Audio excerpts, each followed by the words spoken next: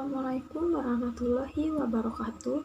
Saya Indah Niken Saputri, Fakultas Keguruan dan Ilmu Pendidikan, Program Studi Pendidikan Bahasa dan Sastra Indonesia.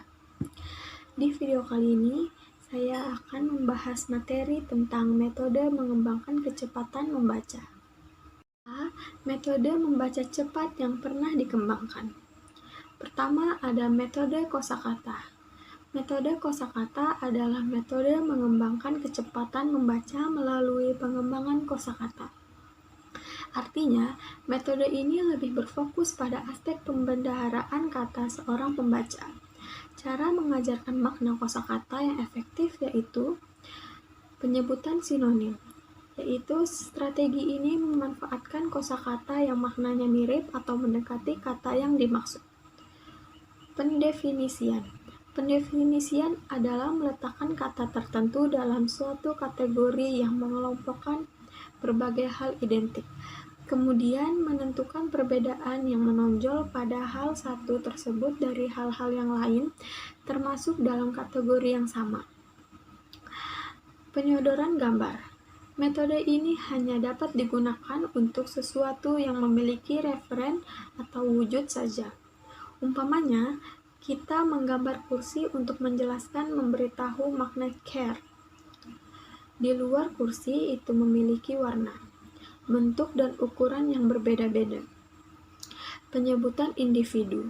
Ciri terpenting dari metode ini adalah membatasi penggunaan kata pada lingkup yang tepat. Karena sering digunakan dalam dokumen-dokumen hukum yang lingkup implementasinya kata-kata harus jelas. Kedua, metode motivasi.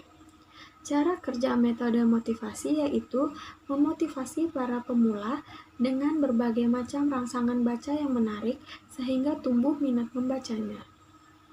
Yang ketiga, metode bantuan alat. Ketika seorang membaca, gerak matanya dipercepat dengan bantuan alat yang berupa ujung pensil, ujung jari, atau alat penunjuk khusus dari kayu. Gerak mata dibantu oleh gerak ujung alat yang digunakannya. Dan yang keempat, metode gerak mata. Metode gerak mata adalah metode yang paling banyak dipakai dan dikembangkan orang saat ini, baik untuk pengajaran membaca, permulaan, maupun bagi siapa saja yang ingin meningkatkan kecepatan membacanya. Mengembangkan kecepatan membaca melalui metode gerak mata. Menurut Kamus Besar Bahasa Indonesia, membaca yaitu melihat dan paham isinya, bisa dengan melisankan atau dalam hati. Dengan demikian, membaca dapat dimaknai kegiatan memahami suatu isi dari tulisan, baik secara lisan ataupun dalam hati saja. Penerapan metode gerak mata yaitu mengembangkan kecepatan membaca dengan meningkatkan kecepatan gerak mata karena kecepatan itu sendiri berarti kecepatan gerak mata dalam menelusuri unit-unit bahasa dalam bacaan. Mengapa gerak mata?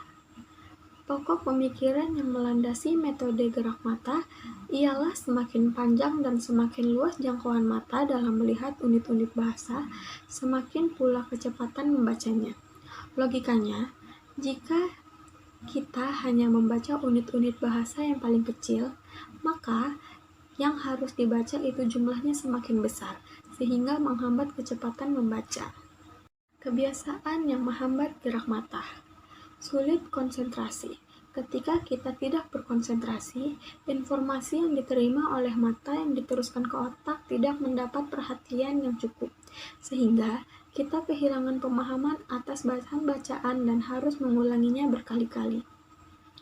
Aspek gerak bola mata yang menyangkut kecepatan dan tempo membaca. Aspek-aspek tersebut antara lain yang pertama, jarak pandang bola mata pada setiap baris bacaan. Yang kedua, penghentian bola mata ketika menatap barisan bacaan. Yang ketiga, penggantian baris. Yang keempat, kecepatan bergeraknya bola mata. Dan yang kelima, peluang-peluang dalam menatap simbol bacaan. Macam-macam gerak mata pada membaca cepat. Membaca cepat dapat dibedakan menjadi 3 macam, yaitu membaca dengan gerak mata horizontal, membaca dengan gerak mata vertikal, dan gerak mata membentuk spiral. Tipe-tipe pembaca yang tidak efisien. Yang pertama, tipe pembaca yang tidak memfokalkan apa yang dibacanya. Yang dimaksud pembaca ini adalah pembaca yang suka membaca dengan suara keras. Banyak orang yang melakukan cara membaca seperti ini, yaitu melafalkan apa yang dibaca kata demi kata dengan bantuan alat ucap atau mulut. Yang kedua, membaca sambil tiduran atau berbaring. Cara membaca sambil tiduran merupakan kebiasaan membaca yang jelek, terutama ditinjau dari kesehatan mata. Dengan membaca sambil tiduran, mata dipaksa untuk bekerja lebih keras, kelelahan. Mata adalah efek langsung dari cara membaca semacam ini. Yang ketiga, tipe pembaca bergerak. Yang dimaksud tipe pembaca ini adalah seorang pembaca yang dalam perbuatan membacanya diikuti oleh gerak-gerak sebagian anggota badan, baik disengaja maupun tidak disengaja. Dan yang keempat, tipe pembaca yang tidak berkonsentrasi. Yang dimaksud tipe pembaca yang tidak berkonsentrasi yaitu ketika secara fisik seseorang pandai membaca, akan tetapi sampai beberapa waktu belum juga membalik-balik halaman buku. Kesimpulan dari materi yang saya bahas kali ini yaitu proses membaca yang terhambat kecepatannya memberikan dampak yang buruk bagi pembaca.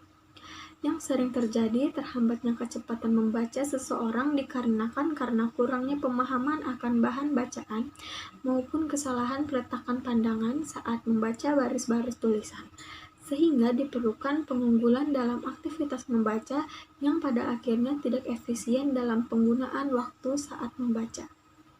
Sekian pembahasan materi saya kali ini. Jangan lupa like dan subscribe. Terima kasih.